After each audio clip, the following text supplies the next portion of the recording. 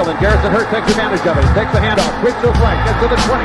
He's in the 30. Needs to cut in. He comes back up the right sideline. Breaks the third tackle. Comes down to the 30. He's down to the 20. He's down to the 10. He's down to the 5. He's into the end zone. Touchdown! Touchdown! 49ers! 96-yard run from scrimmage. Garrison Hurt. Young, back to throw. In trouble. He's going to be sacked. No, gets away. He runs. Gets away again. Goes to the 40. Gets away again. To the 35. Cuts back at the 30. To the 20. The 50. The 10. He died. Touchdown 49ers. 7 to the Walden's 27-yard line. 49ers into the backfield. Smith on third down. He'll take it himself for a first down. Alex Smith gets in. Touchdown. His left hip. Third down, Alex takes the snap. Alex looking down in the post, and it's good! Touchdown! Touchdown 49! But it's second down. Ryan takes the snap, goes to slant to the left side. It's Michael, intercepted! The 49ers pick it, and Navarro Bowman is redemption! Navarro Bowman running it all the way for a touchdown! No greater redemption! Kaepernick shoots it. Hold everybody. Colin Kaepernick. What a game. Touchdown.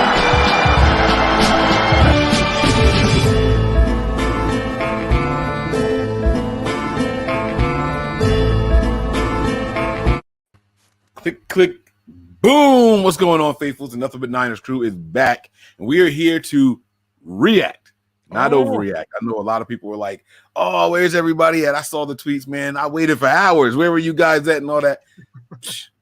We was waiting on y'all. I fell asleep, man. I did it. I owned up to it. I told them straight up, I was watching the game, sitting back, laughing, drinking. The problem is I didn't have the right laugh to drink ratio going back and forth. And it was next thing I know, I'm just sitting there like this on the couch, and it was over. It was over, fellas. What's going on? How y'all feeling today, man? What's up? I feel better. Yeah, I mean, it took a little bit to get it out of my system. I think Twitter is a good way of getting stuff out of your system, because you want to sit there and make sure what you saw is what everybody else saw. Like, you know what I'm saying? Mm-hmm. Or not. And Twitter is therapeutic. I will say that, but I do be wanting to punch some people in the mouth. Oh, I was wondering where because I be on. I be seeing the responses on Twitter, and I'm like, I don't know if that's where you want to be because people just be saying it's therapeutic, but in a way of you just getting it out. You know what I'm saying? It's all about the release. So when you release something, you hear that scripture saying, "Take your burdens to the Lord and leave them there." Like when you release it, it's done. It's up to you to bring the energy back to you. So I felt like I was releasing all day long, like I was just getting it out. You know what I'm saying? And can't wait to break down the next game, man. Brian, what are your thoughts, man? You feel the same way over there? Well, I mean, I'm me, I'm always the naysayer. So, I didn't feel very good about it going into the game. I mean, I had hopes that we would come out victorious, and I thought we might see a game from Nick Mullins where he would turn it around, but we saw the same old Nick Mullins that we're pretty much accustomed to seeing, unfortunately. So the loss itself wasn't as hard to deal with because if we'd have won, I'd have been ecstatic about it, but I kind of expected it. So it is what it is at this point. We keep moving. Listen, let me go ahead, Breezy. We got comments and they overreacting, and I don't want to miss some of these. I know they're not paid contributions, but they overreactions. Keep your eye on them. You can get to them. I'm gonna run through these formalities really quick, and then my mom is calling me over and over, so I'm gonna go on mute and answer. But let me go through these formalities real quick. Guys, hit that like and subscribe button. Make sure you turn on your notifications on YouTube. If it's your first time here, we appreciate you guys. Thank you. Hopefully you guys enjoy the show, and if you do, go tell a friend about us. All right. Also, give us a follow on some of our social media platforms. We have Twitter, Snapchat.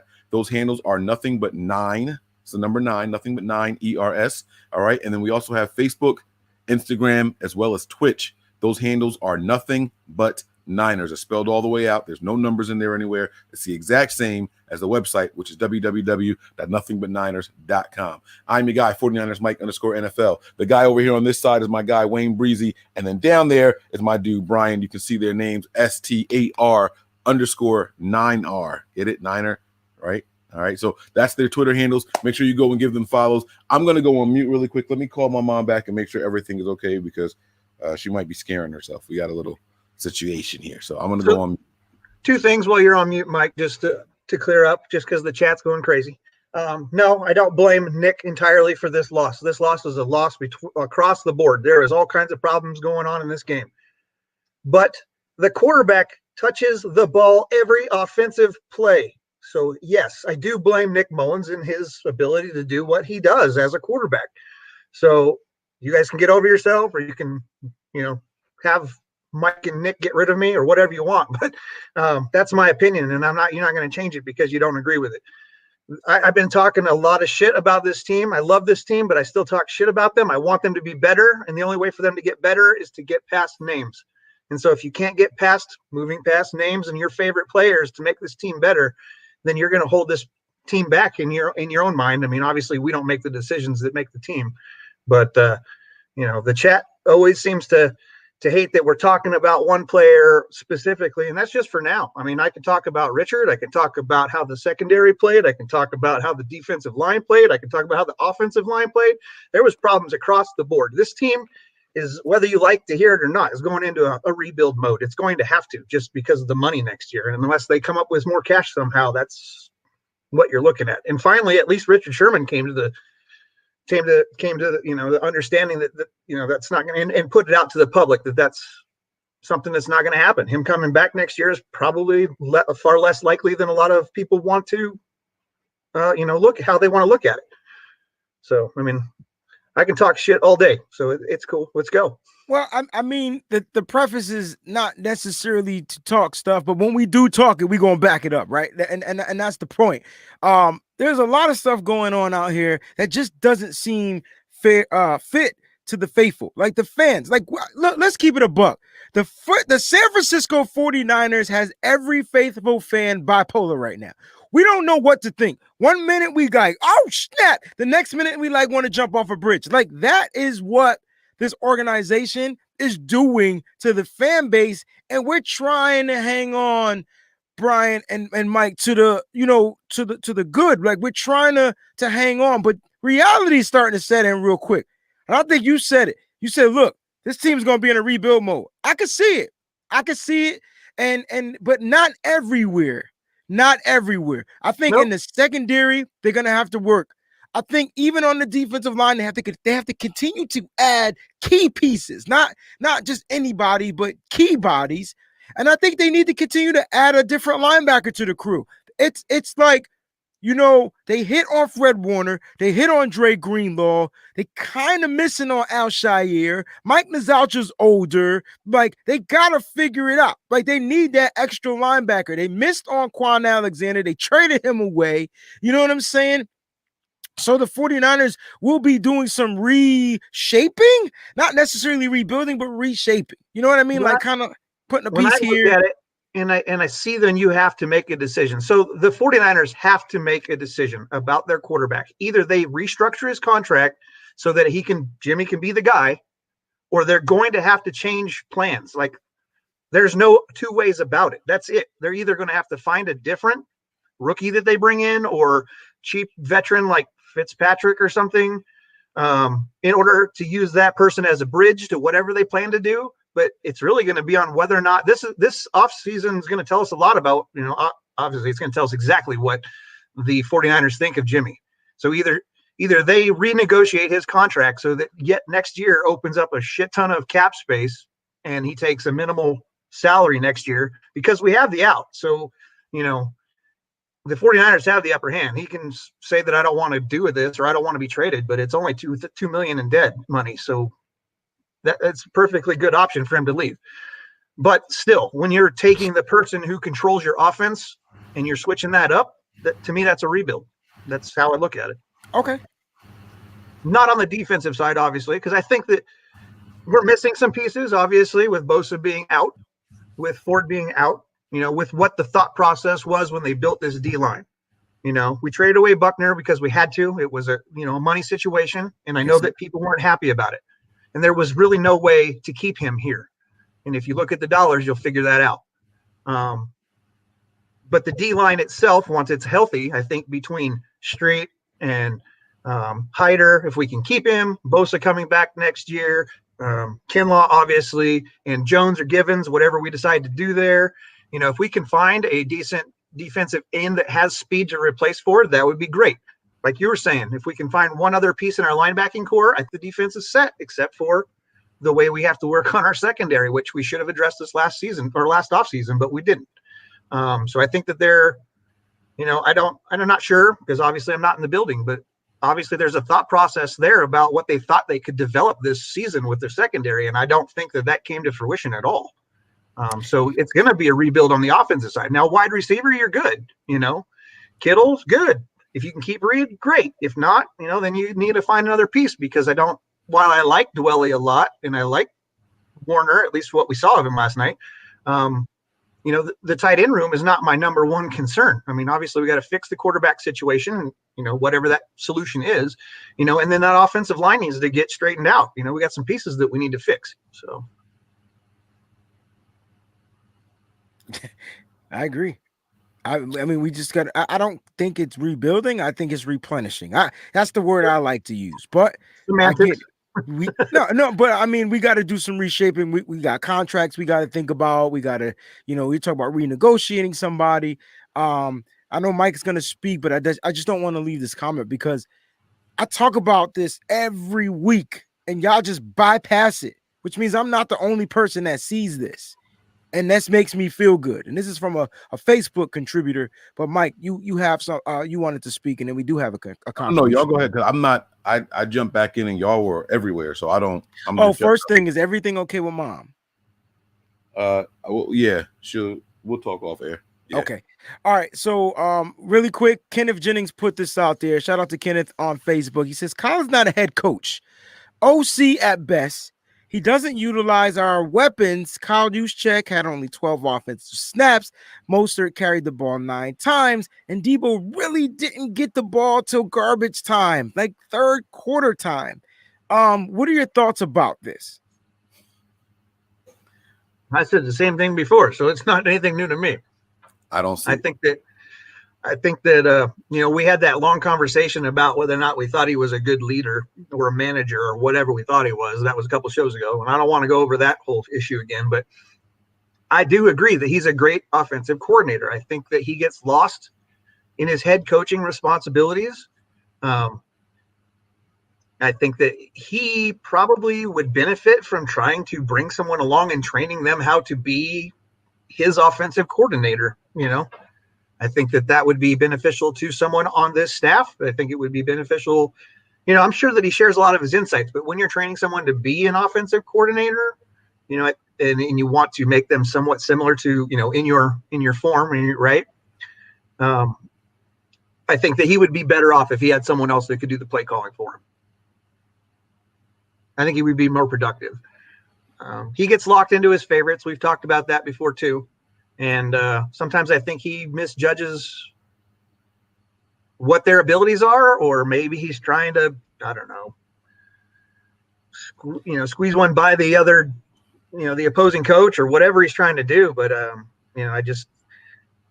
I get irritated when I see him utilize, especially in the running game, running backs that are, to me, would seem to be built for, 1-2 down and first and second down. And then the third down back gets utilized for something else, and then he just doesn't seem to utilize his pieces. He's got all these awesome pieces that him and John put together, but I don't feel like they utilize them to the most of their ability. But then again, I'm not, I'm only seeing what they show us on game day. I'm not at practices. I'm not at training camp. I don't know. So I can only go off of what I see on TV. Yeah. Mike? I respectfully disagree. I think Kyle Shanahan is actually a really good head coach. It's funny that I don't know where that comment is. I wanted to put it back up here. Yeah, we also lost the contribution comment. No, I have the contribution on my screen. That's why I'm not leaving. Okay. That's why I didn't want to look for it. Yeah, but the comment talked about Kyle Juszczyk only getting X amount of snaps. Right? We were down for the majority of this game. It becomes a passing game when you're down multiple snaps. So why is your fullback going to be out there?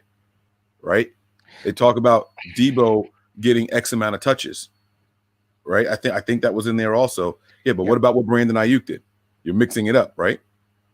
Listen, if I sat here and I told you, well, this is Brandon Ayuk's first game back, Debo's second game back, and Debo just had a career game, okay, the defense is going to key in on who? On Debo, right? So what do? We go to the other guy who's probably going to be the guy available, and we did that successfully, right? Now, I do agree with what Brian was saying that sometimes I don't like seeing the guy run up the middle that should be running to the outside and vice versa. That does kind of drive me crazy. I understand 6 goal line up the middle in a row. Yeah. 6 of them. It drives me crazy. Listen, I get it, but you also have to look at a couple of other factors here. We haven't been able to run to the outside because teams since week 3 have been scheming to take that away from us. We have not been able to get to the outside. Teams are crashing on the edges, forcing us to keep the ball on the inside. And you don't trust Nick Mullins. So what other options does Kyle Shanahan have? We can sit here and say that he's not a good head coach, but a head coach is also more than just an offensive coordinator. I think he's a phenomenal offensive coordinator. I think that the players that he has right now, this offensive line is not as good as it was last year. It's just not. I know that Trent Williams was supposed to be this upgrade over Joe Staley. Mike McGlinchey has regressed. All right. Whoever's playing right guard, just flip a coin whenever they want to put somebody in there. It's not as good and consistent as what we had last year. You can't blame it all on Kyle. You just can't. And he's doing an excellent job letting his defensive coordinator and figuring things out. There's a couple of things that he does that I don't agree with, right? On the defensive side, I'm blaming the head coach for some of the defensive calls because I know that he has input on that also. I am blaming the head coach for that. I don't like it all. But no, there's no head coach that's going to get every play call right on both sides of the ball all the time and also operate special teams at a 100% success rate either. So if you're looking for perfection and a season with all these guys on IR and a season where you're on your third string quarterback, I'm not even going to keep going on Nick Mullins. When you're getting all these guys and you're mixing guys in and out of the lineup all the time and you're judging him based off of that, I don't know how you can honestly and fairly say, oh, well, he's not doing a good job. Because I've been watching him do it all season. It's not just this last game. I'm judging him the whole season, Mike. Yeah, and the whole he would be a phenomenal head coach if he would train someone or hire someone to be his offensive coordinator to take that part out of him so he can focus on everything. He would be a better head coach if he wasn't trying to do 2 jobs. For the whole season, we've had a carousel. It's just a revolving door of players in and out of the lineup. So is every other team. Maybe not as much as us. No. Every other team has not been demolished the way the 49ers. That's just not true. That's not true. All right. We had a guy named Austin Walter as a starting running back not too long ago. We had a guy named Brian. What was that corner's name?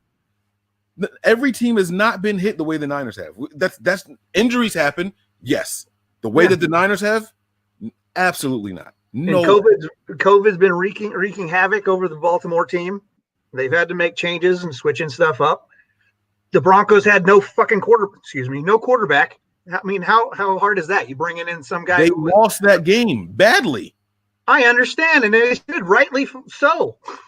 Right, and then what happened when the Ravens? When COVID hit the Ravens, they moved the game to Tuesday night. It's on now. When COVID hit the Niners, they say, "Hey, you lose those 4 players. Go get out there and go play." If we'd have had another team going or another game happening on Thursday night, we wouldn't have been made to play. Right, but that was about money. You and I both know that, Mike. That was about NFL dollars. And that's why I'm saying you have to look at everything as a collective to judge Kyle Shanahan fairly. When I say everything, I mean everything. Relocation of the team, his communications with Santa Clara County and all that. You have to look at everything to judge Kyle, the head coach, correctly. I think he's doing a phenomenal job this season. The record isn't what we want it to be. But you haven't had your quarterback for more than half of the season. I would not have said that Kyle Shanahan was a great head coach last season either, Mike, to be fair. That's just my opinion. I like him as an offensive coordinator. He's a good head coach, but he could be a better head coach if he would delegate his offensive coordinator duties to someone else. That's all I'm saying. All right. You look for improvement from your players. You should look for improvement within yourself as well. And one way that he could do that is by training someone else to do that. So if someone else is his think piece, what in order to feel, wait, give me my bottle. In order to feel that way, you have to feel that he's lacking in other areas. So what areas would you like him to focus in that you feel that he hasn't been doing? Well, like I said, from a fan's perspective, from the guy watching TV's perspective, it seems like the play calling, the plays he chooses to call, and the players that are the primary targets on those plays seem to be for, I'll go with the term that we hate to use, his favorite players, right? His pieces that he likes to utilize, which is fun. I mean, if that's what he's going to do. Great. I can't change any of this. So it's just me venting, right? I would like to see different play calling. I feel like when I see a team just continue to run up the gut, and it never go, and they're not doing anything. Like you're not being successful. And I understand that you have to run certain plays to other plays. It just has to happen. But when you continuously doing something that's not making any progress, then having someone else that will chime in and say, "Hey, coach, this ain't working. Let's do this." And I don't feel like that happens a lot on this sideline. I get that. I mean, I watched, during the game, I felt like I thought the run defense for the Niners was actually pretty successful. I felt like there weren't any huge runs against us or anything like that. But this is, again, without me, I haven't looked at the stats, so I don't know. I don't feel like they averaged, 6-7 yards a pop on us, but they were consistent with the run game. They kept hitting us with the short runs to keep the clock moving and controlling the ball and making our defense react differently so they can exploit us in the pass game. I think that's what Kyle attempts to do, but you got to have the quarterback. We didn't have a Josh Allen out there. And so it just changes things up. So I don't know. I feel like we've been on this for a while, though. So I apologize about that. But I mean, you look at all three of our quarterbacks, and none of them are a run threat. They're not Kyler. They're not Wilson. They're not a dual threat quarterback at all. So I mean, obviously you see that in the West. That's the direction everything's going. I mean, I know Goff isn't a run first quarterback by any means, but within the West anyway, I mean, in the NFL seems to be going that way. The more you can get a dual threat quarterback, the better off you're going to be, right? Yep. At least that's where we're seeing success right now. It looks like, yeah. And then they averaged 3 yards a carry, exactly 3 yards a carry last night. The Bills. Yeah, and I have very few qualms about our defensive line and linebacking situation. All my issues are in the back end of the defense. But right now, what I was talking about was the offense and how I don't feel as though, or it doesn't seem as though it's as functional and as great as it could be. And I still have faith that this team could do great things and can do great things with the people they have. We proved that all year. We have, other teams have come up against player personnel issues and haven't done as well, and we have, even with our backups, this team's deep. The depth that we built on this, or that John and Kyle built on this team is phenomenal. Otherwise we wouldn't be where we're at. We still wouldn't be in the conversation of potentially making the playoffs. Those conversations wouldn't happen if a team wasn't built the way that it is, and unfortunately it's going to change. Yeah. Mark sends in a contribution here. We appreciate it, man. It's a question. Will we be in trouble next season if we fix the quarterback situation, but lose Salah? I don't. It's a really good question. In trouble? Will we be in trouble? I don't. Why would we be in trouble if we fix the quarterback situation and lose our DC? Because, according to Shanahan in last night's presser, the defense has carried this team all season. He said all season, yes, all season long. And we also know the defense, was going crazy during a couple of games last year too. Especially down the stretch. Like weeks 10 through, they were giving up points like they weren't the number one defense in the league. So it was going to happen. I think the difference was, we couldn't keep up on offense. I mean, Kyle compared this game to like that Saints game. He said this needed to have been that shootout game where your quarterback just went and threw the ball and people made plays and things like that. Like that's what he needed, because the defense was struggling. Even though he said the defense wasn't struggling, the defense was struggling. We all saw the defense struggle. And I don't think the defense was struggling because the defense, stinks. I just think the defense they played different. Like they were playing off ball. They were giving up the underneath routes. Josh Allen was getting the ball out so fast on quicks. They ran more quick slants than I throw in Madden. That's the go-to joint. You gonna play off me? I'm just gonna throw it underneath, let my wide receiver catch it, keep moving the chains. That's the way they played. They didn't run the ball successfully, but their defense played our offense like our offense is garbage, which it is. And if you watch the game, if you've watched the 49ers in their last 5 games, how did the defenses play?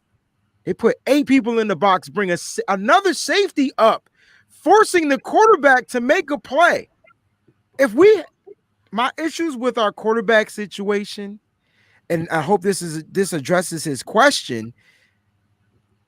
Do I want Jimmy Garoppolo to come back next season? I would love to see Jimmy come back, but I'm kind of ready to move on. Like and if we can move on, I think I'm ready to move on. I think every quarterback in the NFL, minus the San Francisco 49ers, have quarterbacks that can get outside the pocket. Even Jared Goff can get outside you laughing. Even Jared Goff can get outside the pocket, bro. He can see one person come at him, make a step, and this is not about running. This is about just extending a play. Yeah, Josh Allen didn't do a lot of running last night. He didn't have to. I think he ran for 6 yards or something like that. Yep. That's it. And that's my issues with the quarterback situation. And I guarantee you, if you look at Kyle Shanahan, he came in with brown hair. His hair is gray because he's trying to figure it out. And I wanted to talk about that question that our guy from Facebook posted. Listen, I think Kyle Shanahan is a great coach. When you deal with this much adversity, we're talking about management. Coaching ain't just about winning games. It's managing your players, keeping these idiots out of trouble, doing all kind of crazy stuff. He's excellent at it. He's struggling at play calling. You guys can say whatever. I know players got to execute. I get it. That's the caveat. And I know we need better players. I get it too. That's caveat too. But if you're such a great play caller, I'm not talking about head coach, I'm talking about OC. If you're such a great play caller, why are you not trying to figure it out? Why you keep running the same bull crap? And I think that's where fans are getting frustrated because it's like, Kyle, you're a genius. Just do something a little different. I think that's what it is. And you can't tell me you wish that Kyle would. All right, I'm going to take it to a play in this game. 4th down, we at that goal line, right? We ran the ball. We got down to the goal line. We couldn't get in. We ended up turning it over on downs. On that 4th down, Brandon Ayuk. I'm talking about our fifth. Yes. Brandon Ayuk went in motion. The Bills defense didn't move. All Nick Mullins had to do, was say, check, motherfreaking check. I got your check. That means that Jeff Wilson will block the left end, and Brandon Ayuk, there's no one on the right side. Let me step back. There's nobody on the right side to cover him. That's a walking touchdown. Easy peasy. 7 points. We don't have that competency on as a quarterback. I don't even think Jimmy Garoppolo does that. You get what I'm saying? And I just, this is not a bashing Nick or Jimmy segment. This is just saying, Kyle, your players. Nick is bad. He's bad. No doubt. It's okay to say it. But here he has to be bad, Mike. He's not starting in the NFL. He don't get reps like everybody get reps. You get what I'm saying? So Nick's not going to be this great quarterback to come in. Jimmy Garoppolo is not great. You can't expect your backup to be great. Well, I thought Steve Bono was better. I thought Steve Bono was better than Steve Young for a minute. until Steve Young figured out his style. So y'all don't remember when Steve Young struggled. See, y'all think Steve Young came in the game and was just Steve Young. Nah, he was struggling. The third string quarterback came in. Steve Bono was completing passes and getting stuff out, check downs, keeping drives alive, and then they figured it out. They figured, like Steve Young figured out his gameplay. The coaches figured it out, and then all of a sudden, Steve Bono, bye-bye. Steve Young took over. History was made. Monkey off the back. I don't know, man. Let's keep the show moving. You got another contribution. You had a couple. Well, hold on. Before we read Sean's contribution, I didn't know if Brian had a take on that. If we fix the quarterback situation and lose Salah, are we in trouble? Go ahead and read that next comment. Okay. All right. So this one was from Sean here. Thanks for the contributions. Sorry, beating a dead horse. The fact we can't rely on Nick Mullins creates huge problems. Throws behind, skips balls. I think he's a Pro Bowl rock skipper for sure. Dante Johnson's like a venereal disease that won't go away. So. I'm not bashing Dante. I thought Dante came in and played damn near decent, good game. I thought he played a good game. He played a solid game. I thought he played a solid game. I know he was a liability, but you had him playing in the slot. Now we know daggone well that ain't where he's supposed to be. Listen, I would rather him play safety, either one. That's the right corner. Jason Verrett to the linebacker. Let him go play quarterback or something. Right. Yeah. I put him in at linebacker before I put him in the hip slot. Game to play slot. That was wild. Let me see. Wait, here we go. Sorry, Sean. This was another one from Mark. My question was tailored to the defense. I think our defense will go from top 5 to 20th if we lose Salah and Sherman. Okay. See, I disagree a little bit, Mark, because I'm not a huge fan of this Y9 concept, and I'm just not a huge fan of it.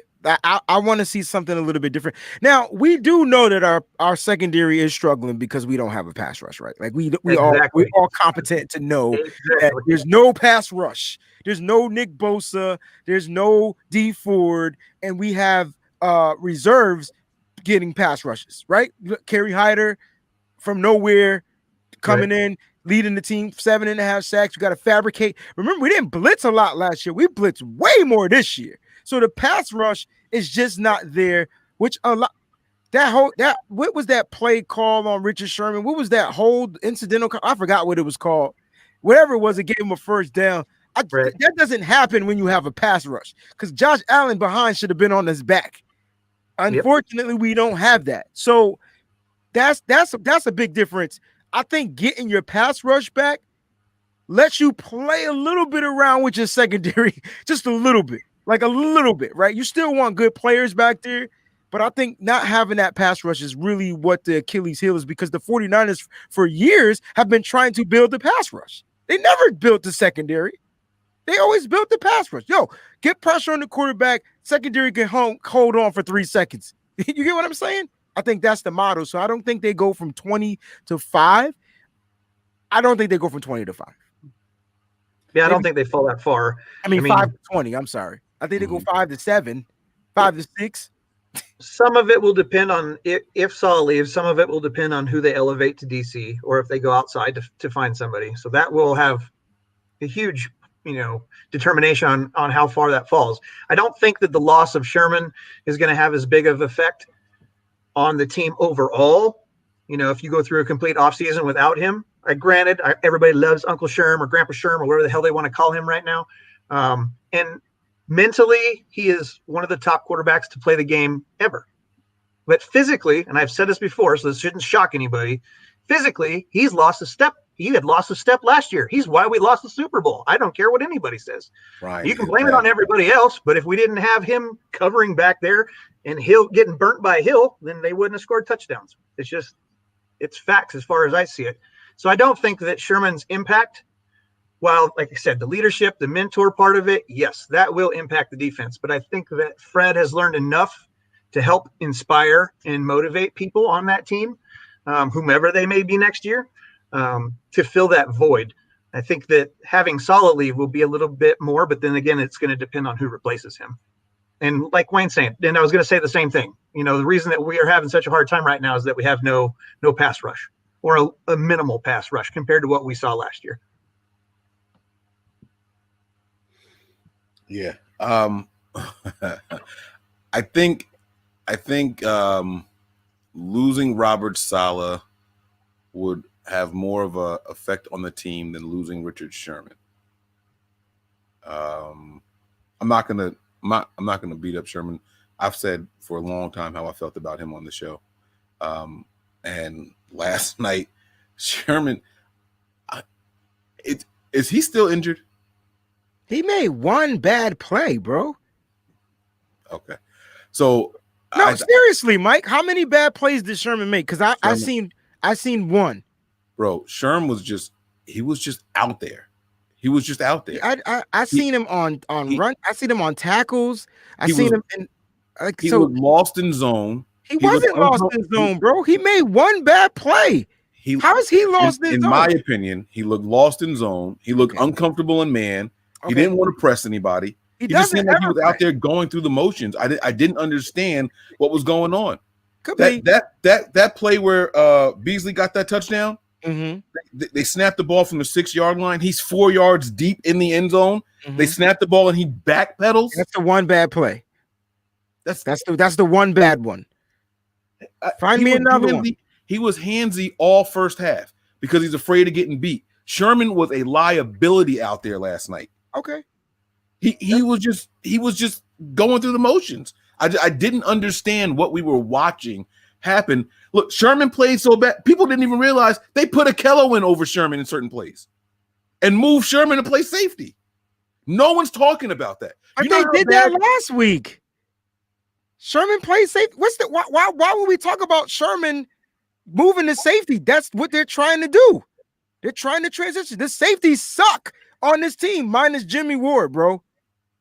So if you want to talk about all right, so Sherman played bad, no problem. I got you. I get it. He didn't have a great game. Had a great game last week. Didn't have a great game this week. That's fine. That's fair. He had an interception last week. Okay. He had an interception last week. Whatever. Sherman had one bad play. And that's the play Mike is talking about. If you want to talk about that play where the wide receiver runs down the field, that's not on Sherman, bro. I keep trying to tell everybody that, and you've heard it explained to you numerous times by people that play the position. That's the coverage. He doesn't have coverage from his safeties. Is that what you're talking about? Because his communication is not the same as it was with Earl. Bad communication all season long with these safeties. And Tavares Moore struggles with communication. He plays dime well. He takes poor angles on tackles, and he struggles. He doesn't know where to be. And it is what it is, yo. But Sherman, he had a bad game. I got you, bro. I got you. Yes, I know he grabbed Diggs and negated Warner's interception. I seen it. We all seen it. Sherman was about to get beat. Josh Allen should have been sacked. Look how much time Josh Allen had to throw that ball, and he still didn't even throw it down there. Yep. That ball wasn't even to Stephon Diggs. That ball was to whoever, and it was intercepted. But it is what it is. So maybe those are your 2 bad plays or 3 bad plays. I don't know. Deshaun Page says here, thank you for the contribution too. It says, what up, Niner gang? Tavares Moore had a bad night. He was the worst out there. Bro.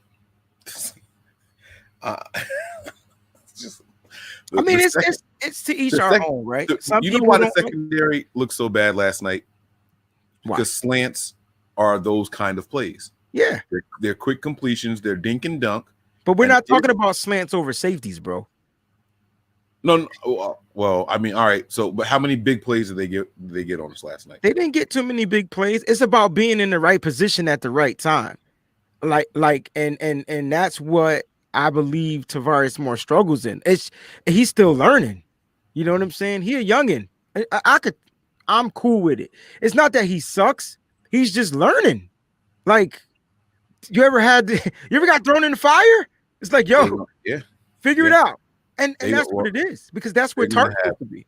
They're gonna have all the rest of this season to get game time experience, because this season is over for. Let me ask y'all a question. Yes. Which game do you think the offense performed better in? Okay. Last night or against the Rams? I thought they were horrible against the Rams, bro. I liked last night's offensive game plan and execution 10 times better. But here's the thing.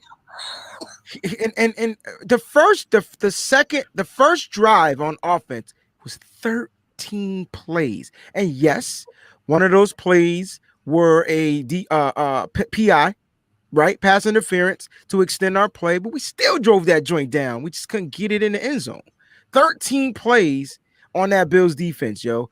I thought the 49ers played better, but then after that, Kyle Shanahan, the thing that cracks me up about Kyle is he always gives you one amazing, immaculate drive and then goes on coast mode. It's the scripted play. You can't script an entire game. Okay. It's just physically not possible. That's why. Okay. It's always the first or second drive. The Niners, no matter who the quarterback is, okay, just look great. And then the 2-minute drill. Those are the two things. I think I never pay attention to when you say scripted plays. I think tonight finally it's comprehending. I'm comprehending it. Like, you get what I'm saying? Yeah. Like, I think I'm finally comprehending it. I got you.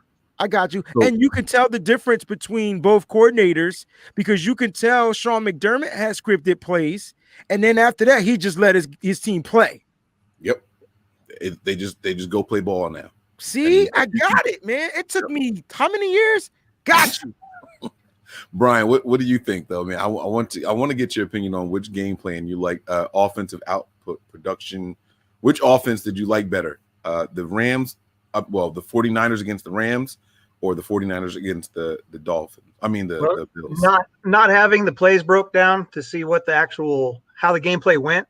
Just from even my at this age, my brain doesn't even work well to remember what happened yesterday, let alone 2 weeks ago, whatever it was.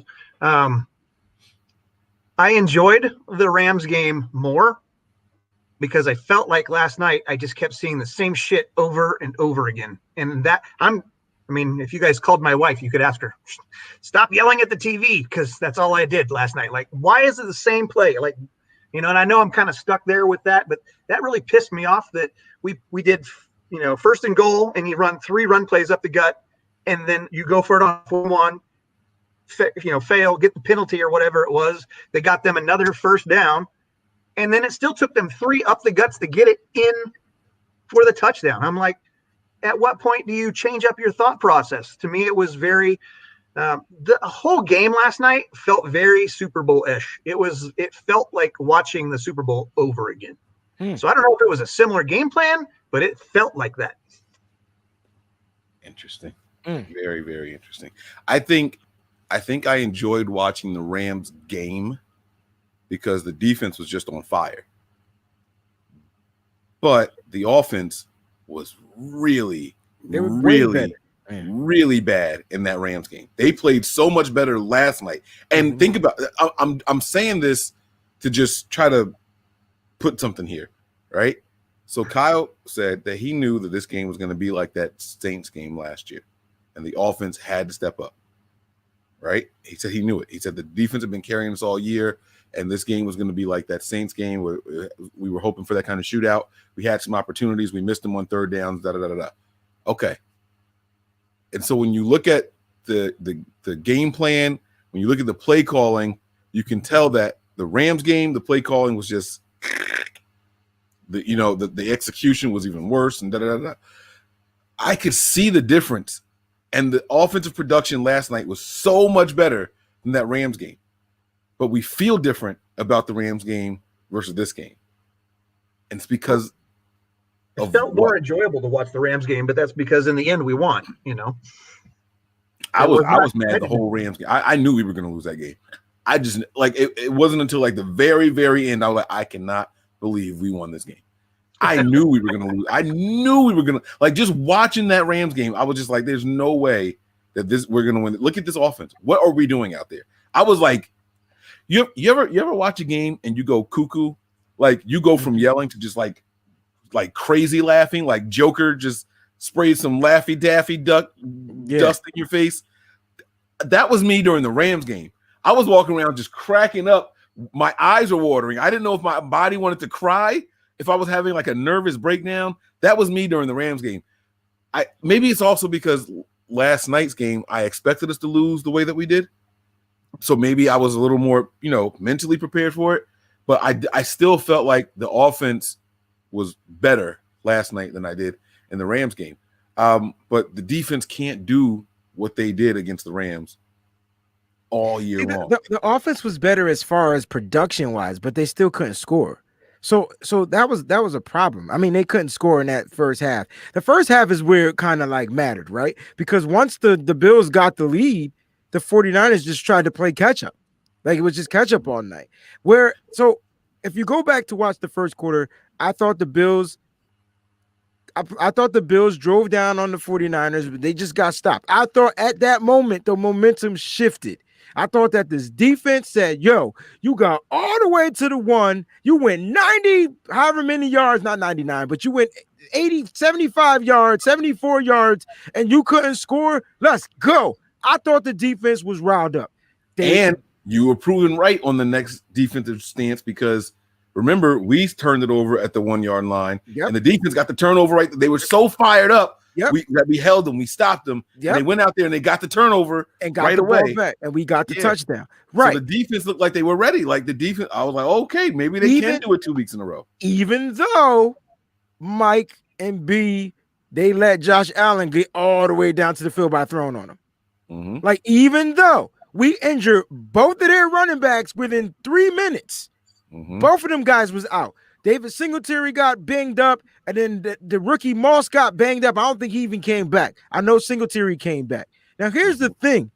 That first drive, 13 plays, I'm telling you, the only thing missing from that was points.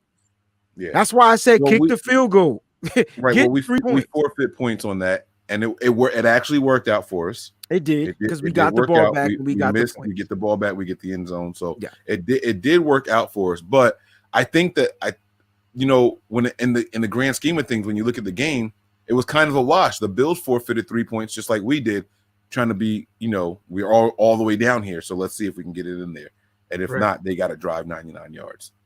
So it's just, I mean, my point is that the 49ers still struggled when it came to scoring when they needed to. Okay. Oh, yeah. You can't go 3 and out on some short third downs too. Like you got to hit these passes. Like that pass, if that was Jordan Reed's fault, some people say Jordan Reed had a bad game. Okay. I don't know what that play was, but he clearly was too high up on that play because the play was for the deeper route, right? I mean, at least that's where it looked like it could have been. I don't know. That was a third down. We couldn't get off the field, man. All I'm saying is the 49ers, when they need to, they seem to struggle, and they allowed the juju to fly back over to Buffalo, man. And Josh Allen ate all day. And he probably could have ate for more had whatever, but he didn't. You know what I'm saying? Luckily, he only had 400 yards, right? But he was chewing us up because of the defensive scheme, and I did not like the off. I mean, they ran slants 93% of the time, bro. They went deep twice, maybe 3 times, if that. Only one time I remember them going. I think they went twice. That one time was that touchdown over Richard Sherman, and then I can't remember the other one. But that's it. He wasn't even chucking the ball down the field because he was reading what the defense was predicting. Oh, they playing off? I'm just going to throw it underneath. And the adjustments that should have been made, which would have been to bring pressure to his right side where he kept rolling out to, but we never wanted to bring pressure from that direction. I don't get it. If you'd have pushed him to the left, he would not have had the game he had if you pushed him to his left. I don't understand. And that's my point. As much as I love our coaches, I don't care what players you got on there. Why wouldn't you make those adjustments? Now, we did blitz and we couldn't get home, but my point is his strength is throwing to the right. Eliminate it. Exactly. That's what another reason I was yelling at the TV. Eliminate the strength.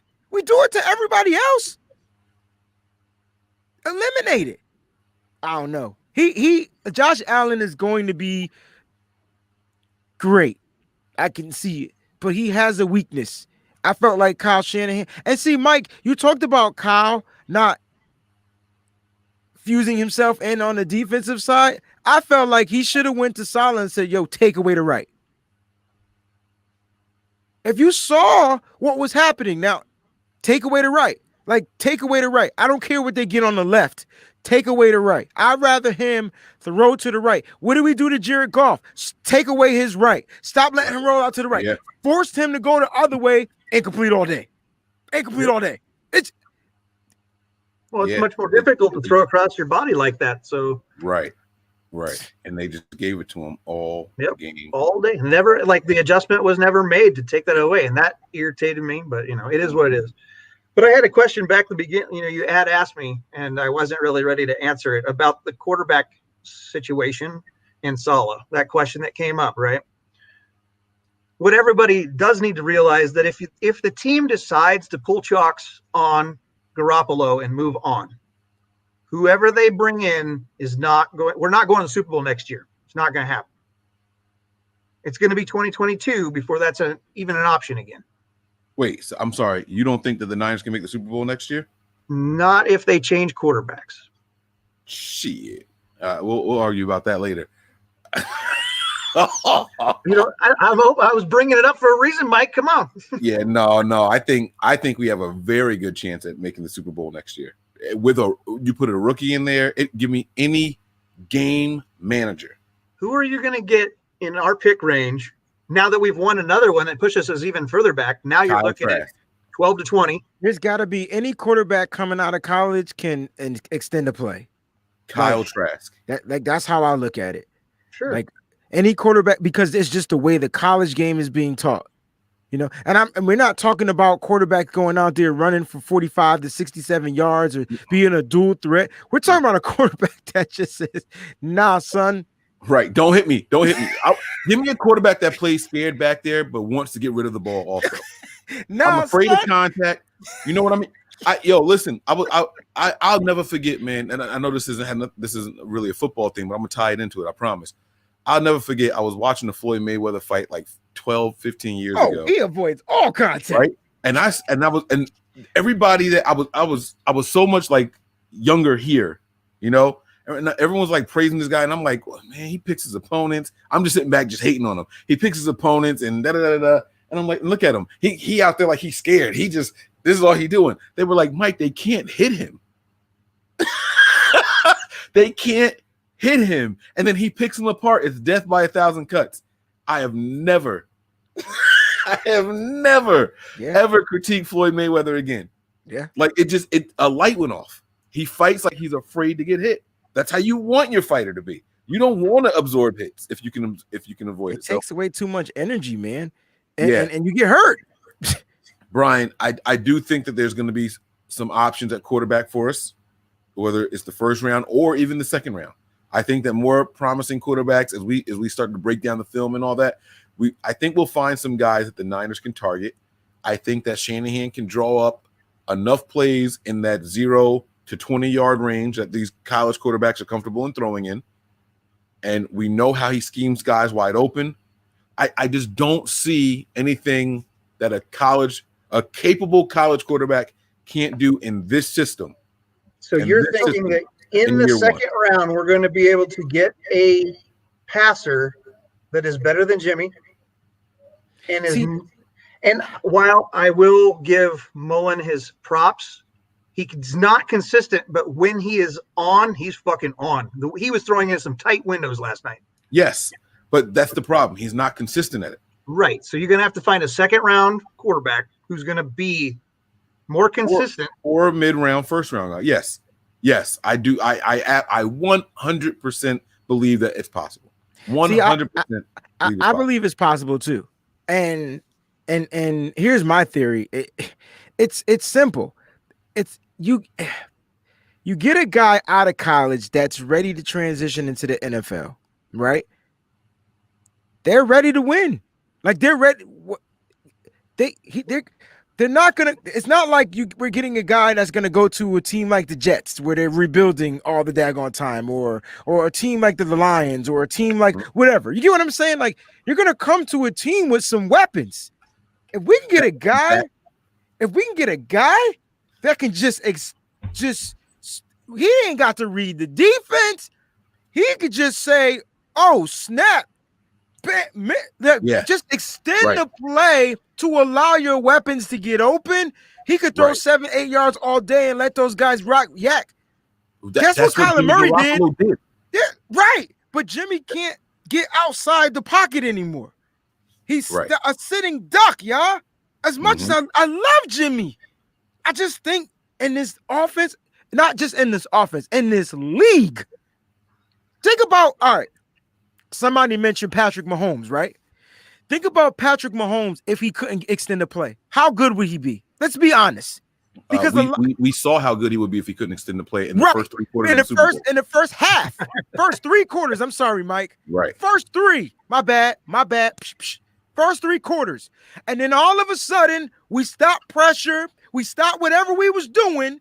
He extends a play, hits a bomb, Hail Mary, like on some Eli Manning joint to David Tyree, and then Tyreek Hill catches it, and then their juju switches, and we lose the game in like 8 minutes.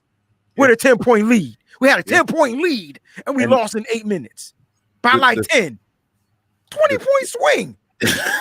The thing that makes me more confident in that, Brian, is the playmakers. Breezy touched on it here, right? We have guys that if you just give them a shot, right? Brandon Ayuk is a playmaker if you give him a shot. Deebo Samuel is a playmaker if you give him a shot. Raheem Mostert will be back. Kittle will be back. And like they have it here. You need to get an offensive lineman. You need to get a quarterback that's willing to throw the ball down the field and take a couple of random deep shots. Find a guy that has a decent arm. We don't need 50-yard bombs. We don't need that. Give me 20 or 30 air yards from the line of scrimmage. That's enough to keep defenses honest right there. That's all we need. Jimmy was that guy, and he was doing it for us for a second. He for whatever reason, he stopped doing it. I want to get the contribution because this is an old one here, and I know that there's a couple of other ones here. So remember the Giants game. Kyle spoke about using so many plays on drives. Mullins keeps no rhythm and burns through plays like he's drinking whiskey. What QB gets a freaking false start? Okay, so that false start play frustrated me so much. Not as much as it frustrated me, bro. Because he was just so giddy. Like he was like, all right, okay, we got to do it. He was running without the ball.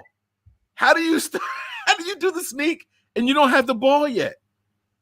I just didn't understand how that happened. All right, and there was one more contribution. Hopefully I could find it. Here it is here. Cali Boy says Brian is the Nick Mullins of what does this even mean? Are you consistent when you're on? You're on. Listen, I'll take it. You know why? Because just like Nick Mullins on the 49ers, I'm on the NBN crew, dude. Talk your ish, baby. That's what I'm talking about. Let's go. We throw shots at my guy B. What's up with that, man? It's all good, man. It's all good. All right, now let me find this other one here. Hold on, let me see what you said. It's at 10:13. It's our $500 guy. Oh, he's back. I gotta go back and watch this game because I know people are saying Sherman got roasted. I just didn't see him get roasted. This right here? Yeah, isn't Jerry? Wasn't he the $500 man? Yes. So apparently, Breezy, Jerry would like me to ask you. Okay. If that wouldn't also be on McGlinchey and our O-line. So we definitely need to improve the O-line. We talked about that. Mike mentioned drafting the offensive lineman. And at this point, the 49ers have to draft their guy. Like quick, strong, whatever it is they look for. First round, second round, whatever. Depends on what player they're looking for. But we definitely need to upgrade on the offensive line. I still think, and I know Mike is not high on this, I still think that we find a way to bring back, Trent Williams, who was coming off of a season where he had played. I'm not opposed to that. I mean, you talk about him like he's dog trash every episode. So okay, I get it. But I use We've got to watch Staley play for the last 10 years. But I think they find a way to re-sign Trent Williams because if you can we talk about the offensive line very quickly because I don't want this to be the super long episode. But the offensive line has regressed. You know, our expectations for Trent Williams was he was going to be this. Well, you know what? Guess what he is? An all-pro, second best left tackle in the league.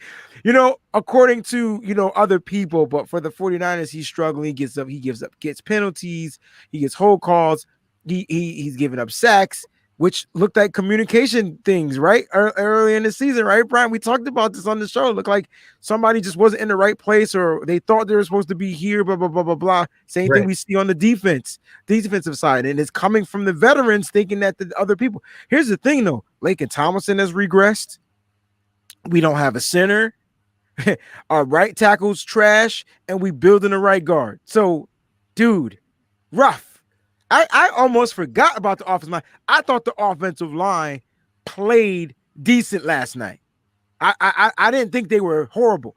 The only play I saw that was bad was when Mike McGlinchey just let somebody go right by him. And even though Nick Mullins got the pass off and didn't get sacked, he got crushed. He got creamed. I was like, dang. And that was on McGlinchey. Now, this is not a McGlinchey blasting show because I thought the offensive line played relatively decent. That's fairly. I think that's a fair assessment of the line last night. So did we answer the question here? If that wouldn't also be on McGlinchey, and I don't know what he's. This is I think he's just talking about is he talking about the Super Bowl? I don't know. I'd have to go back to that. We did mention the Super Bowl. Yeah, the offensive line started to struggle, like they did. They did, and it's what's happening. What's going on in the NFL is the league has figured out the San Francisco 49ers, and they figured. No, hear me out, Mike. You see what he said there? They figured it out. They figured out.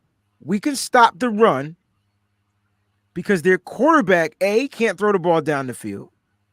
And all we got to do is bring pressure. You got 8 men up front, the quarterback getting hit if he drops back in the pass. Unless he can see that hot route and hit the ball quick over the middle on man-to-man coverage. And I don't know why our quarterbacks can't figure out what's man-to-man coverage. It's just like I don't get it. Jerry clarified that his question was in regards to Jimmy's play. Yeah. So I thought that was in the Super Bowl. Okay. Yeah. The offensive line is always a factor, but the factor comes down to the quarterback making plays because we all know if Jimmy could have just got that ball up a little bit higher to George Kittle, game would have been over.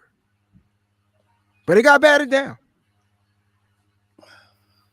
Man. All right. So where do we go from here, guys? We've been on for an hour. Oh wait, I'm sorry. Sean has a comment. I'm sorry. He says, oh yeah, Mullins is always on when the game is freaking over, and he almost always loses. Tired of his last dance. Yeah, because defenses start, backing up a little bit, or the 2-minute drill. It's stuff. Mullins has no confidence in stuff that he hasn't rehearsed more than anything else. Like, he's not comfortable with the game plan stuff because that's different from game to game.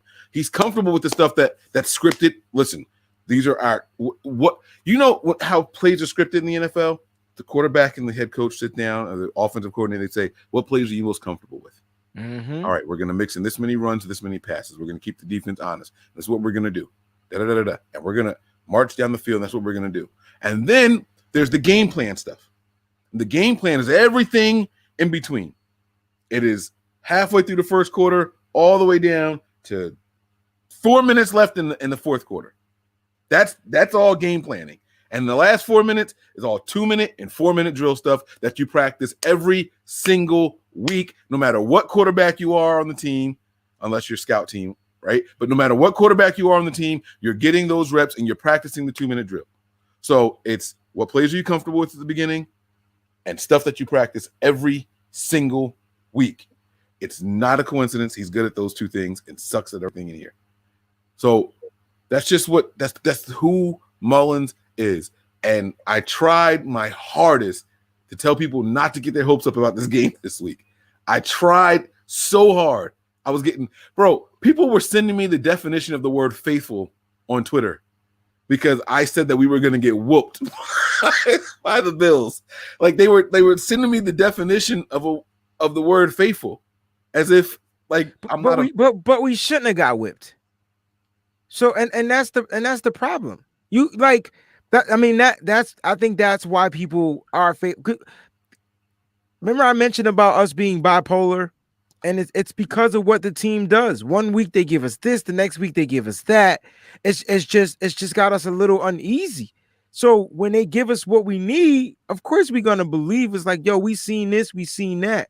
I don't think the Bills is that great of a team. I just don't. Why do you feel we shouldn't have got whooped? I don't think we shouldn't have got whipped. Maybe we should have lost, but I don't think we shouldn't have got whipped. And come on, man. When have we ever seen our DBs, and not just Richard Sherman? I'm talking about Jason Verrett, Richard Sherman, whoever was at the slot position, play so far off these wide receivers, bro. I've never seen that. Not this year. Not last year. They respected Josh's arm.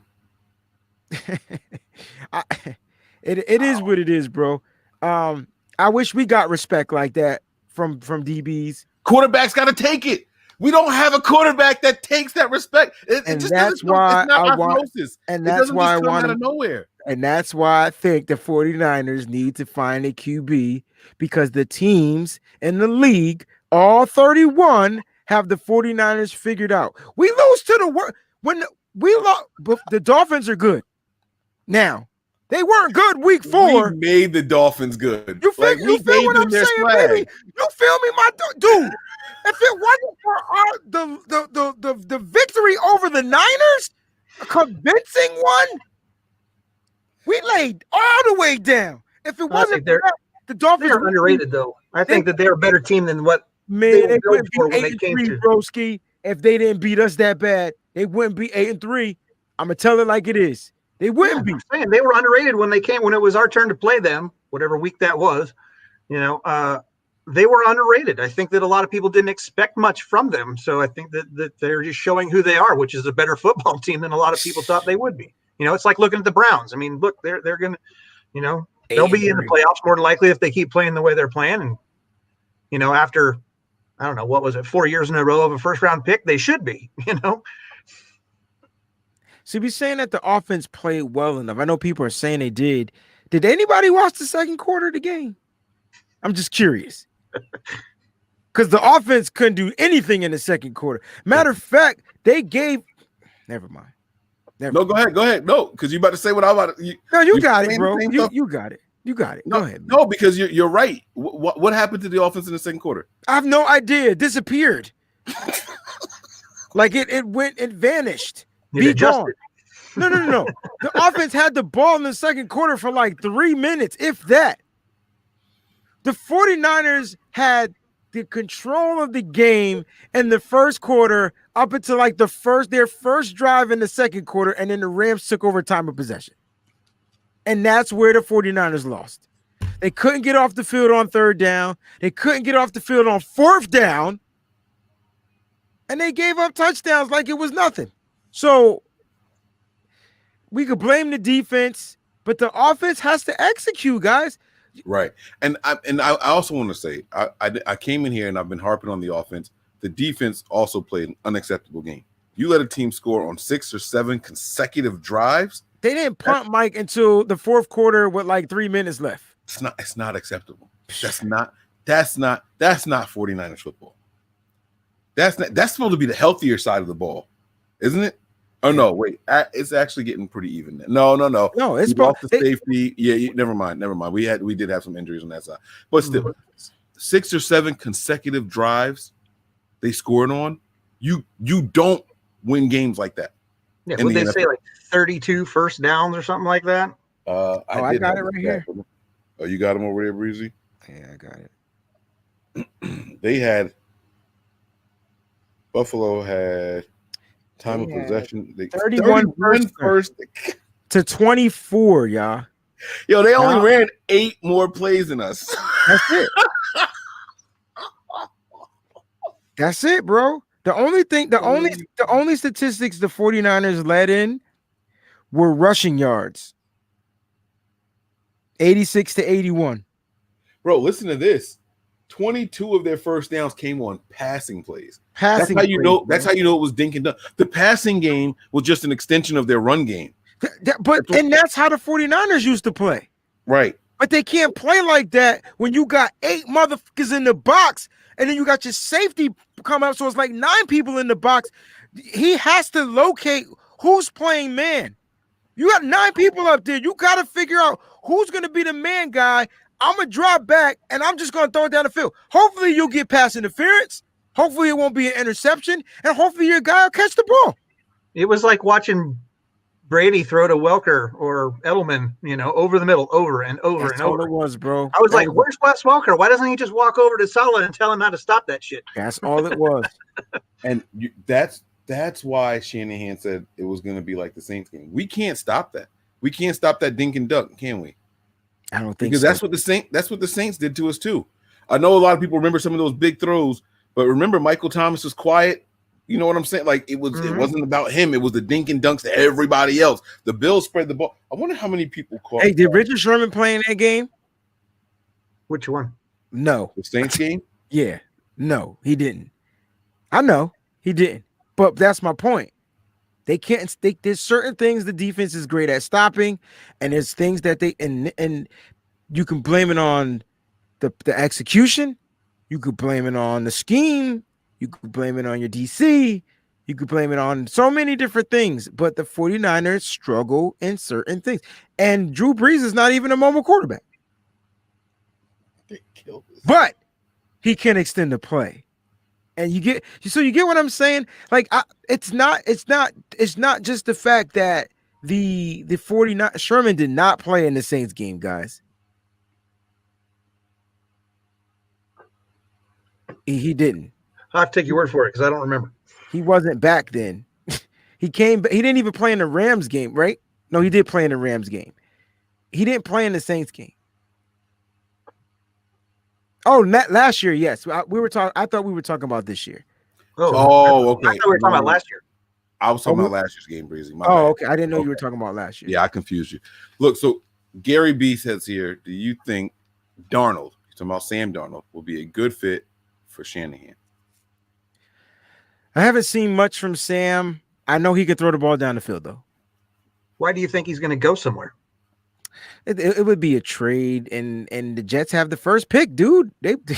Right. So why wouldn't they use Darnold to bridge the first rounder over? Do you think Trevor Lawrence is going to he's just going to come in and play right off the bat? Is that what you guys absolutely? Absolutely.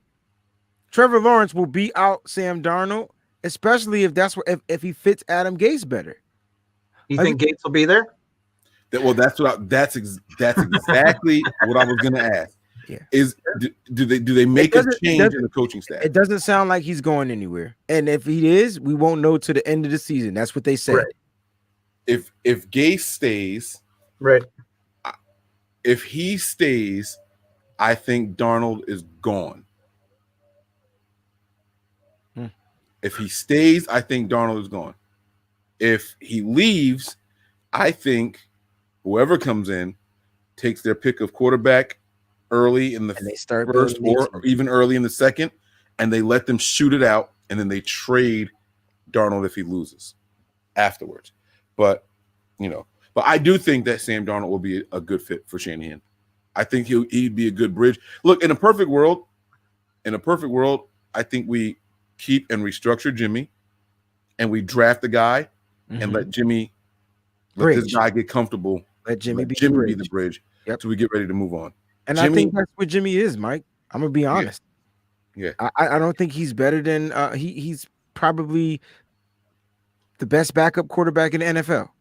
Starting. That's and it's fair to say it sucks because we wanted Jimmy, but then when that playbook came in and them defenses started seeing Jimmy on film, and then he got injured, and now he's injured again, and it's like your quarterback. You saw that stat they threw up on the last night during the game. Even when Tom Brady tore his ACL, he ain't get injured again. I mean, he had some injuries, but he ain't missed no game. So it's like, I don't know, man. I don't know where Jimmy. But I see we talking contracts and shit. I don't know how you push forward with Jimmy unless he just does it. They're going to either have to do an extension on him and have him restructure his contract so that he has a minimal hit next year, so they can open up cap space. Yep. Or they're going to find a trade partner. Either way, we're on the hook for $2 million, I think, in dead space. So I mean, there's no good way for Jimmy to exit for the 49ers. What do you mean for him, or just good ways for the team? There's no good financial. I mean, you're looking at, I get it that you guys are like, we can just get another quarterback, but we have 3 NFL quarterbacks on this team. What? We have 3 quarterbacks on this team, but they all play in the NFL. They were drafted or have signed contracts to play in the NFL. I'm not saying that they're great. Yeah, but next year we only have 1. You're right, but I don't think that person is staying. I think that the cap is going to cause them to have Jimmy go somewhere else, because I don't know any other way to make up room to sign 30 players. But how did they do that? Mike? Are you saying that Jimmy is gone next year, Brian? I think that they're going to have to. He's going to have to be gone. Yeah, because he takes up too much of the cap. Unless he's going to take, like I said, they're going to do an extension with him, not a restructure, but extend him and work that deal so that basically we're cutting clean this contract. We're going to start a new contract, and he has to basically say, "I'm good with that." Right? He and his agent both have to agree to that, and then he would have to work for a minimal deal next year because of our cap situation, and then we would pay him in 22, 23. But that's why I said earlier that it's going to be very telling about how this regime sees Jimmy, whether or not he's an option, because they're either going to have to plan for him to be here for 3 more years at a minimum or get rid of him now. That's your choices. Man, we lost to the freaking Buffalo Bills. We talk about Jimmy Garoppolo like he played. Now I'm just playing. But I don't think because the question was about. Well, no, because I'm thinking about next season. Because I think that you can look at the schedule. Dallas and Washington are winnable games, but we lost to the Arizona Cardinals with our entire starting, with the exception of Debo. We had everyone, right? I was saying that Arizona games are not winnable. So there's no reason to think that Arizona's not going to have our number this year. Why do y'all think we can beat Washington? I'm not saying that we can. I'm saying it's possibility, a much higher possibility of beating Washington than beating the Bills. Yeah. Oh, okay. All right. I'll give you that. Okay. I see that. Plus, they don't have. I mean, I think the Cowboys the only winnable game on the schedule remaining. So what fears you more on the football team, the defense or the offense? Washington's defense is way better than the Bills. Right now they're playing awesome, and they have Alex Smith, who's playing pretty well for the guy coming back from injury that he did. He's managing the game the way it needs to be managed. He could be better. That does not mean he's good. We are not saying Alex Smith is a good quarterback right now. We are saying that he is. But he also has the heart to play through. I mean, he was bleeding through his sock in the first quarter, and he played the whole rest of that game. Nobody else came in for him. Yeah. Washington is going to decapitate our run game and our quarterback. It's going to be ugly. It's going to be so ugly. See, I disagree, because the Steelers don't have a run game. And the Steelers were still able to put up points. The 49ers don't have a run game, and they didn't put up points. The 49ers do have a run game. They're just not utilizing it because they fall behind. Like you just said, we don't have a run game if they cut off the edges, and that's what every team has done in the last.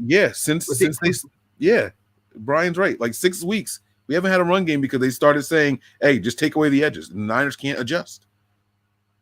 All right, we'll see.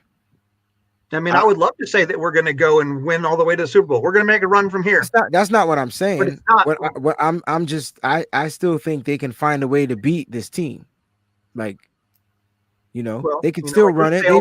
They ran inside on the Bills. I think they could run inside on the Redskins. I think they can run inside. They just don't stick with it consistently. They switch up backs. You saw Raheem Mostert ran on the end. He got stopped on his first run, and then on that second drive, when they extended the drive, he had 2 big long runs, 15 yards, 8 yards, and then no more Mostert. Then they go Jeff Wilson. Jeff Wilson did the same thing. We're talking inside. They got to figure out ways to loosen the D, and that comes with the quarterback making throws.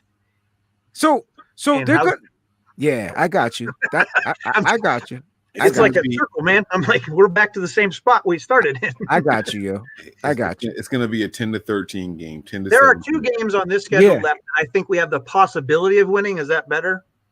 We have a good chance to be able to beat Dallas. We have a good chance to be able to survive and beat Washington. I think that Arizona is going to hang us out to dry because they have a mobile quarterback and they've seen that we played them. They almost beat us last year and they handled us the first week of this year. We're missing all kinds of players that Jimmy might be back come that week, right? That's the word we're getting. And so I forgot about that. That's something we didn't talk about. I forgot all about that. Them guys ain't coming back. And then we got to go and play Seattle, which is another mobile cornerback who's playing for their shot in the playoff. You know how Russell is during that time frame. Those are always hard-fought games. And with our current roster, I don't know that we're going to be all that competitive. You know, we may hold our own, but I mean, if you want to look at the numbers, you could look at how even in the situation that Dallas is currently in, they're still putting numbers up on teams. So there's no reason to say that we won't win. We could win that game either. I mean, there's a possibility that we lose that one as well. Yeah, the 49ers just can't figure out how to finish games. They start them, they go away, they come back strong, and it's too late. But I think they could beat the Washington football team, guys. Okay, let me end it with this real quick, and then we'll get out of here because I want to. Do y'all want to see Jimmy Garoppolo back this year? This season. I think at this point, depends on what the future plan is. To me, I think if the 49ers think he's part of their future, then no. If they don't think he's part of their future, then by all means, get him back in here to put some stats so we can trade his ass or whatever we're going to do. Oh, so you're doing a little reverse psychology. Build him up to ship him off. Potentially. I mean, like I said, there's only 2 options at the end of this season. We're either going to extend him or he's gone. How much building up can you do for Jimmy Garoppolo at this point with 4 games left? And he possibly playing only 2 games. Now that ain't against Arizona and we went against Seattle at those last 2 games, and then we're able to win a playoff game. That bodes well for him and his resale value. I see what he's saying. It's valid, but I mean, it's strictly going to depend on what the front office wants to do. If they're thinking that he's no longer a part of their plans, then yeah, let him play. So the only way I see them building Jimmy up is if he wins, but does it immaculately. Like I'm talking extended, getting outside the pocket, rolling out, throwing on the dime, getting the ball down the field, 50 yards, 40 yards, 30. That's the only way I could see anybody wanting that guy. So let's say he does that. Yeah. Then you know what they can say? He was injured all last year. Yep. And that's why he played the way he was. That ankle wasn't really ready. We rushed him back. Shanahan already took it on the chin. He already put that out there. When he benched him he did. Against the Eagles, that was the game he got benched, but they blamed it on the injury. And then he came back the next week. Who's injured for just a half? No, sorry, missed me with that. Whatever game. Go ahead. Sorry, Mike. No, I was just going to say, whatever game that was, Shanahan's already put that in the atmosphere that they rushed him back. He was playing injured. And that's why, he didn't perform well. If he comes in and he has a game or 2 and looks convincing, if he looks really good in those games, you can get some equity for Jimmy Garoppolo. It might not be a first or second, but you can get something for him. He only costs us a second. I think a Super Bowl appearance and then you get a third in return. I think that's a pretty good. And I think that potentially the Bears would be a great spot for him. That's close to home. They're going to need a quarterback come next season, I think. And they have a little bit of cash to be able to do that. So we taking Mitch Trubisky? No, not trading. No, I want a draft pick, man. I'm not picking anymore. Why are you playing, man? I'm ready to go to bed, y'all. Let's go. All right, we're gonna wrap it up, fellas. Any final thoughts, man? This has been the game. I'm almost at my final thoughts. Any final thoughts, fellas? No, I think my final thoughts have been my whole thing on here. Yeah, man. My final thoughts are the 49ers just have to come out with a game plan that they can execute. See, I just feel like they come out with a game plan and it might just be too much for them. I think they need to simplify some things, man.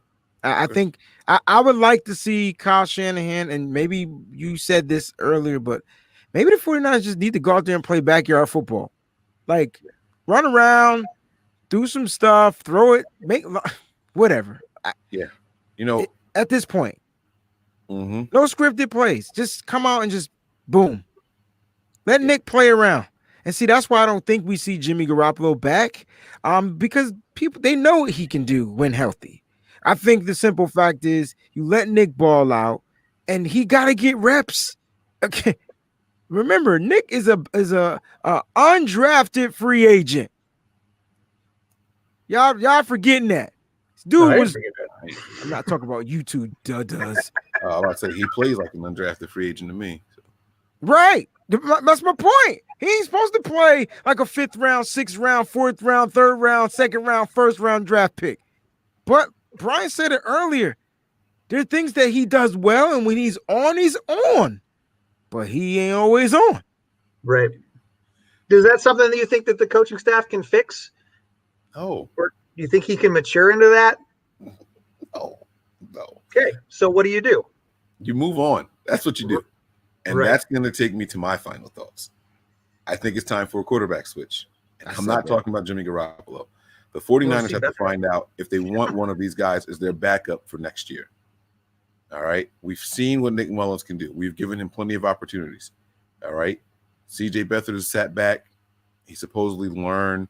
It was supposed to be an even competition. And Shanahan basically said that either one of these guys could go out there. Well, we know what Nick Mullins does in the middle of games. It's basically nothing. Just give me something to be excited about. Give me something to watch the game for.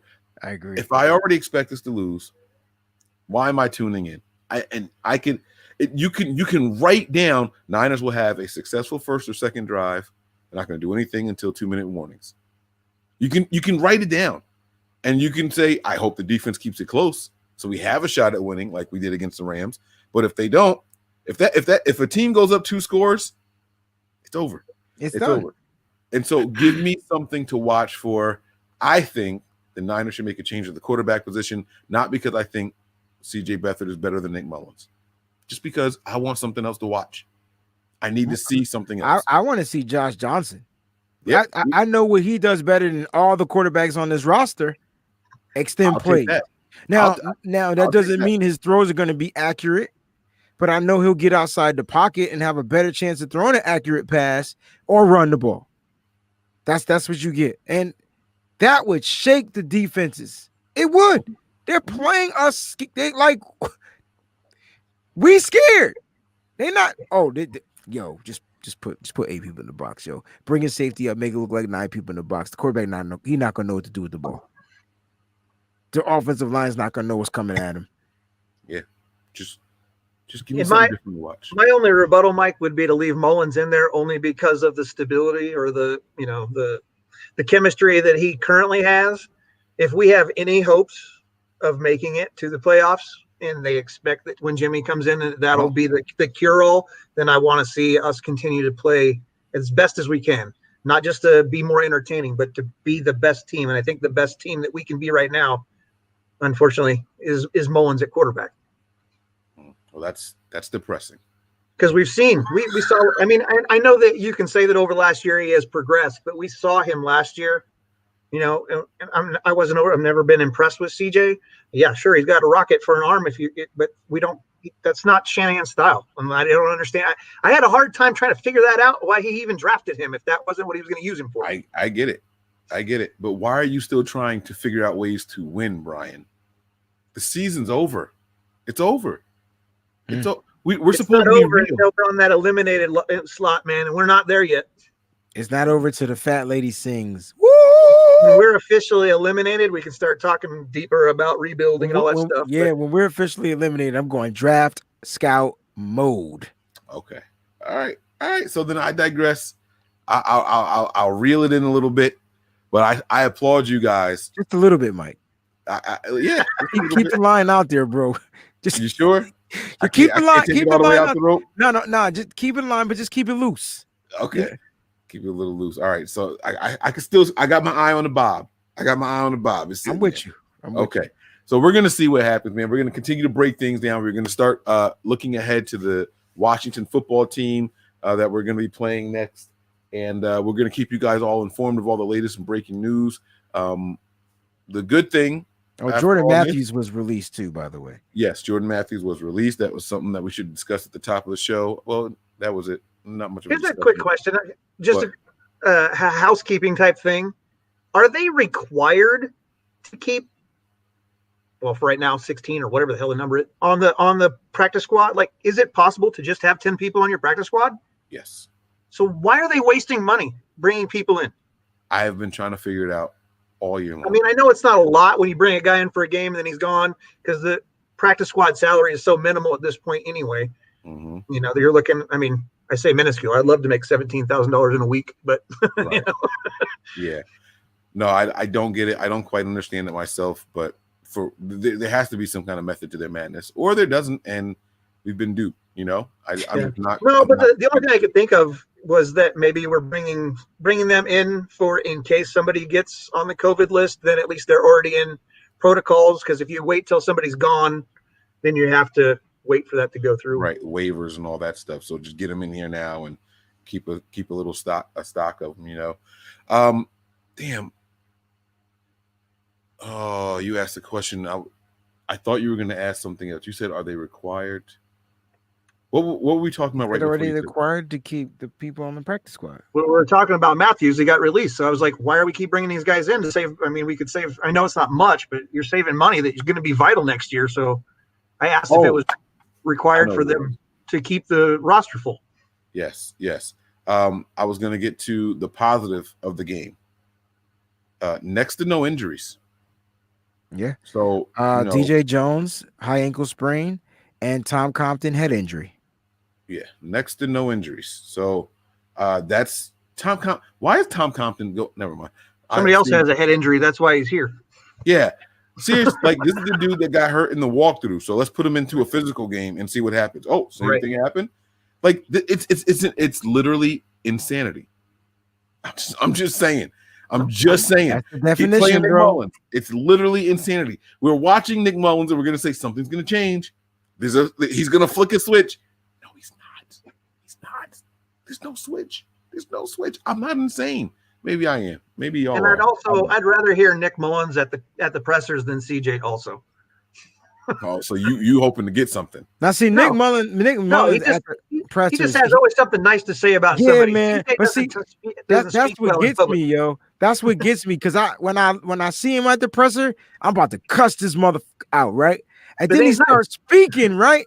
And I'll be like, oh, I think I kind of, yo, like he right though. It's his fault. He's gotta be better. You know what I'm saying? And I'm just like, damn, Nick. I like CJ. See, I'm the exact. Hey, game didn't go the way we thought. I love CJ.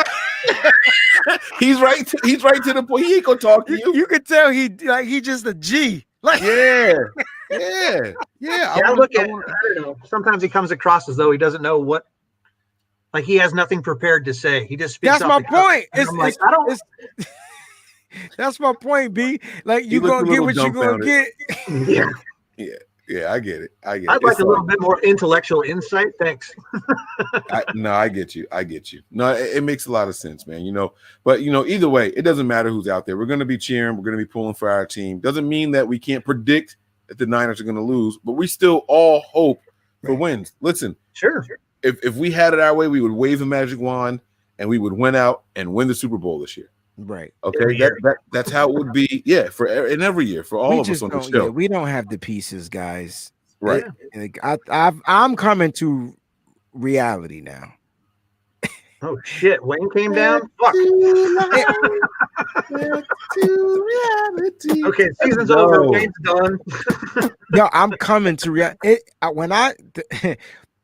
It just hit me that there's no pass rush. There's never been a pass rush. All season long. Hyder's done an awesome job stepping up to do what he can do.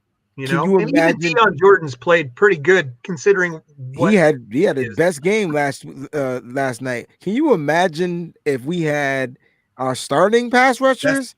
That's what I was going to say. That's supposed to be the depth. That's exactly right now. Right. It's supposed to be the depth that makes this thing work. That's why I say that when we get Bosa back, I'm not counting on or expecting D4 to return.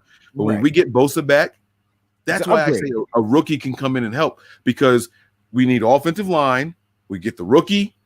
And the defensive line, like we all said an hour ago, improves the secondary. They do. We got Jason Verrett. Well, I'm hoping that we extend him. Yeah, we got Jason Verrett. Huh? I'm hoping so too. Jason Verrett and Jimmy Ward are solid pieces to build that secondary around. And you got that pass rush. It's a lot of players you got to replace, though. So real quick with that. Do you trust that Ward will continue to be as he has been and not go back to Mr. Glass? Well, I mean, you can ask the same question about Jason Verrett. True. I think Jimmy Ward's health has been better than people think it's been lately. Let me just see real quick. I'm saying, do you think he's turned a quarter, that he's learned how to position himself better for tackles to keep himself from getting broken? I think this is why he's playing the way he is, because he has figured it out, yo. You know what I'm saying? I think he's figured it out.